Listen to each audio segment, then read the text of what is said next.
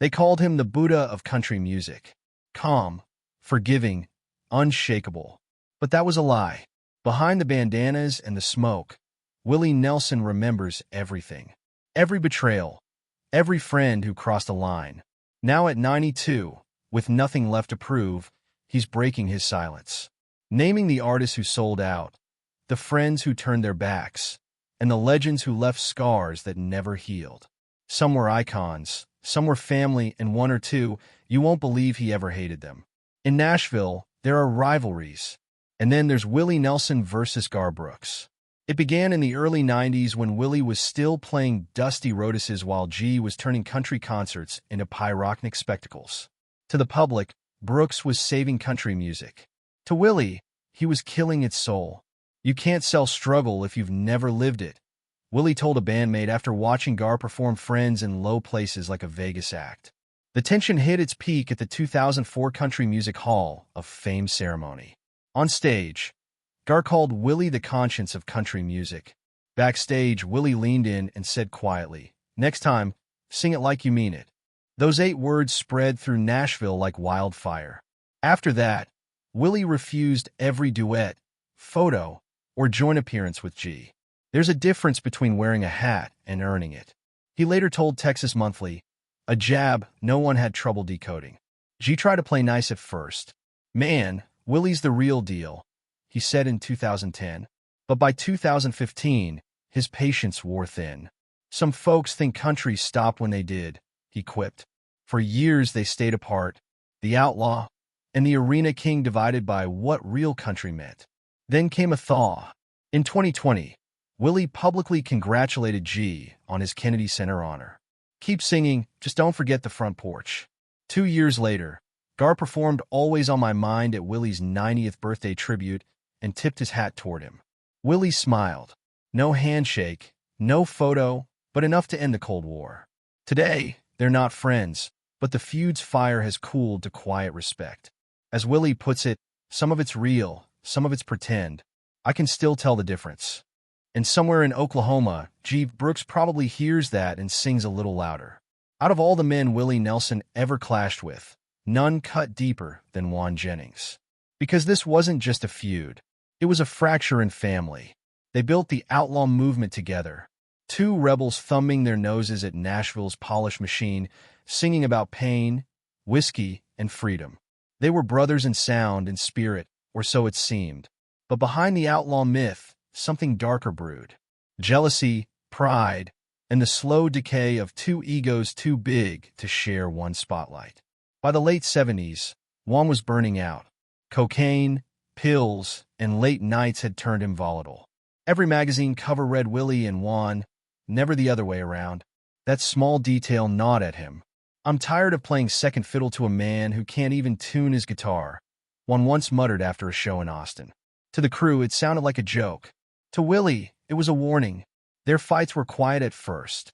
Missed calls, sarcastic jabs, silent studio sessions. Then came the night it broke.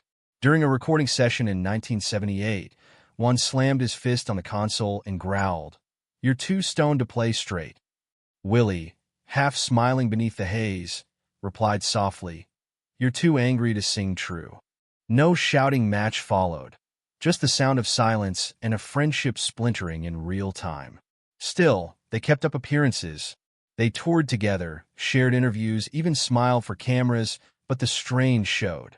During a 1981 press junket for their duet album World War I, Juan, half joking but dead serious, called Willie a hippie in cowboy boots who forgot where he came from. The reporters laughed. Willie didn't. He stood up, walked off the set, and from that moment, the calls stopped coming. Years later, in an interview, Willie spoke about losing friends to fame. He never mentioned Juan by name, but the tone said everything. "Some people think freedom means doing whatever you want," he said. "To me, it means doing what's right, even when it hurts." Juan, meanwhile, was no less bitter. Willie went soft. He told a friend in the mid-1990s, "He's singing to the suits now, not the sinners." It was said with that trademark Jennings bite, half envy, half heartbreak. When Waylon Jennings died in 2002, the world expected Willie to show up guitar in hand to send his brother off. He didn't. He stayed home in Texas. No public eulogy, no song, no speech, just a simple bouquet of wild flowers and a handwritten note that read, "See you on the road somewhere." Those who knew him say that note wasn't cold. It was pain wrapped in poetry. A quiet man's apology to a brother he couldn't save, and a friendship too heavy to resurrect. Today, Willie rarely speaks of Juan. When he does, it's brief and soft. "We had our days," he told Rolling Stone. "He was the best damn friend I ever fought with." Shania Twain. Willie Nelson never cared for glitter, and Shania Twain to him was all glitter. Their tension began in the late 90s when Shania's pop country hits like "Man, I Feel Like a Woman" and "That Don't Impress Me" much dominated radio. Nashville cheered. Willie winced. "Country is supposed to bleed, not sparkle," he told a sound engineer. And word spread fast. It all came to a head at the 1999 CMA Awards. Shania won Entertainer of the Year. Willie sat a few rows back, clapping politely but stone-faced. Backstage, he muttered, "Entertainer, maybe, but that ain't country." When Shania approached to shake his hand, he nodded once and walked right past her. Asked later, Willie didn't deny it. "I don't hate success," he said. "I just think somewhere along the way folks forgot what the music's about." Shania stayed gracious but firm. "I love Willie. We just see country from different front porches." The years passed, but the chill never melted. Willie has turned down every shared stage, every tribute. He forgave the IRS faster than he forgave Shania, a friend once joked. Today, Shania still praises him as a true poet. But Willie brushes off her name with a grin. "She's done all right. I just like a little dust on my music." Toby Keith. Willie Nelson has never been afraid to take a stand. But when it came to Toby Keith, he didn't just disagree. He drew a line in the dirt. Their feud wasn't about ego or radio charts. It was about what country music means. For Willie, the guitar was a tool for truth, not politics. So when Toby stormed into the early 2000s with courtesy of the red, white, and blue, waving flags and spitting fire, Willie didn't hear patriotism. He heard propaganda. A guitar should never wave a flag, Willie said quietly in one 2002 interview. And everyone in Nashville knew exactly who he meant. The breaking point came that same year at a Veterans Benefit concert in Austin. Willie had agreed to play in honor of unity and healing. Then Toby took the stage. Instead of harmony, he gave the crowd a war cry, shouting slogans, waving the flag, turning the show into something closer to a political rally than a tribute. Willie watched from the wings, arms crossed. When Toby walked off, Willie stopped him and said, "You're using music to fight, not to heal." Toby laughed. "You sing your songs, I'll sing mine." That was the moment it died. Any chance of friendship, collaboration, or respect. After that night, Willie refused to share a stage, a lineup, or even a photograph with Toby Keith. In private, he called him a commercial wrapped in camouflage. When fans asked why he never joined the new wave of patriotic tours, Willie simply said, "I don't play politics. I play music." Years later, Toby tried to reach out through a mutual friend, insisting he meant no offense. Willie didn't answer. "I've met louder men," he told his crew, "but not many emptier ones." The two men have spent decades on opposite sides of Nashville's soul. One preaching defiance with boots and flags, the other preaching peace with a worn-out guitar. And though the years have softened many of Willie's grudges, this one remains untouched. Even today, there's an unspoken rule across the industry. If Toby Keith is on the poster, Willie Nelson is out. Chris Christopherson. Willie Nelson and Chris Christopherson were more than friends. They were brothers. Together they built the outlaw movement, sharing stages, struggles, and songs for nearly 40 years. But one careless remark ended it all. It happened at a private fundraiser in the mid-2000s. Willie had just performed a quiet political ballad about war and farm workers when Chris, a few drinks in, leaned back and said to a small group, "Willie's turned into more of a mascot than a musician." Laughter followed, but Willie heard it. He set down his guitar, walked out without a word, and never looked back. The next day, his assistant Ken led their duet. When asked later, Willie said only, "Sometimes words don't fade. They stain." Chris tried to apologize through mutual friends. Even mailed a letter calling Willie brother. It came back unopened.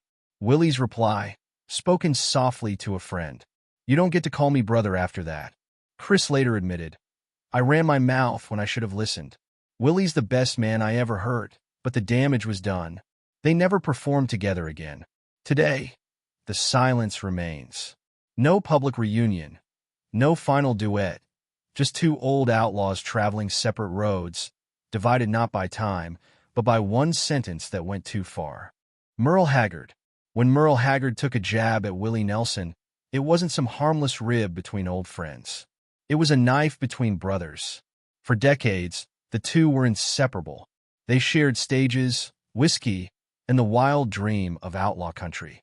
But by the early 2000s, something had changed. Merle, never one to filter his thoughts, began joking in interviews that Willie had become more weed than music. At first, Willie let it slide. He'd heard worse. But then came the night that broke everything. It happened during a joint concert in Texas. The two were on stage together trading verses and laughter when Merle, half grinning, looked out at the crowd and said, Weed's a lazy man's crutch. Just ask Willie. The audience roared. Willie didn't. Witnesses say his smile vanished, and though he finished the set, he walked straight to his bus afterward. No words, no goodbye. From that night forward, the friendship never recovered. A duet album they'd planned for the following year was quietly scrapped. Willie's team stopped taking Merle's calls. To outsiders, it looked like a simple scheduling delay. But inside the outlaw circle, everyone knew the brotherhood was over. When asked later about Merle's comments, Willie's voice was calm, but final.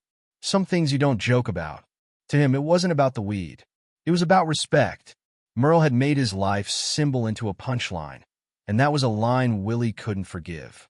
Merle tried to make peace years later, calling it just stage humor. In one interview, he admitted, I hurt him and I shouldn't have. Willie's got more heart than most of us ever will. But Willie never responded directly.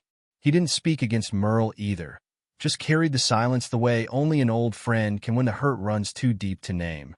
When Merle Haggard died in 2016, Willie's tribute was brief but telling. He was one of the greats. Noticeably absent were the words, my friend. That omission said everything. Two legends, two brothers, one careless line that ended a bond no song could ever mend. Kid Rock. When Willie Nelson agreed to collaborate with Kid Rock, Nashville thought it would be chaos in the best possible way. Two outlaws from different worlds, one born of country rebellion, the other of Detroit grit. But what followed wasn't collaboration. It was combustion. The year was 2008. Kid Rock was deep in his Southern rock revival phase, calling himself the new outlaw of America. He pitched Willie an idea for a cross-genre anthem, loud, dirty, and unfiltered, as he put it. Willie, ever the musical wanderer, said yes. I've played with stranger cats, he joked. But from the moment Kid Rock swaggered into the Nashville studio, late beer in hand, blasting his own tracks through the monitors, that humor faded fast. Session players later recalled the tension. Kid ignored direction, barking, let it be raw. While cranking the guitars so high, Willie's vocals were swallowed in distortion. At one point, Willie quietly suggested, let's strip it back. Let the song breathe. Kid smirked and shot back. Come on, old man. Loosen up. That line was the breaking point. Willie set down his guitar, removed his headphones, and walked out without another word. The session ended there. The track was never released. When a reporter later asked what had gone wrong, Willie's response was short and sharp. Some fires are better left unlit. Privately, he was blunter. That boy confuses volume with soul, he told a friend. You can't fake heart with noise. Kid Rock didn't back down either. In an interview months later, he fired back with trademark bravado. Willie's a legend, no doubt, but I wasn't going to sit around singing lullabies. I wanted to make something that kicked down doors. Nashville insiders say Willie Reed that quote once smiled thinly and said he'll learn or he won't. Since that day, the two have never worked together, never shared a stage, and never exchanged a word. When Kid Rock was invited to a country tribute show years later, Willie declined to appear. If Kid's on the bill, he told his manager, I'm out. Today, the silence remains. Willie doesn't mention Kid Rock publicly, and Kid doesn't seem to care. But among those who were there that night, the story has become legend. A clash not of genres, but of generations. As one studio engineer put it, Willie came in looking for a song. Kid came in looking for a fight, and neither man has looked back since.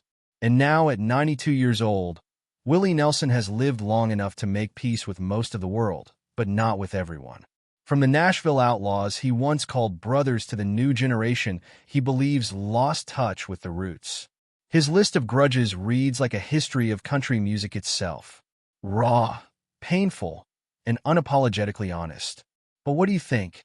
Were these feuds justified, or was Willie simply holding others to the same standards he always lived by?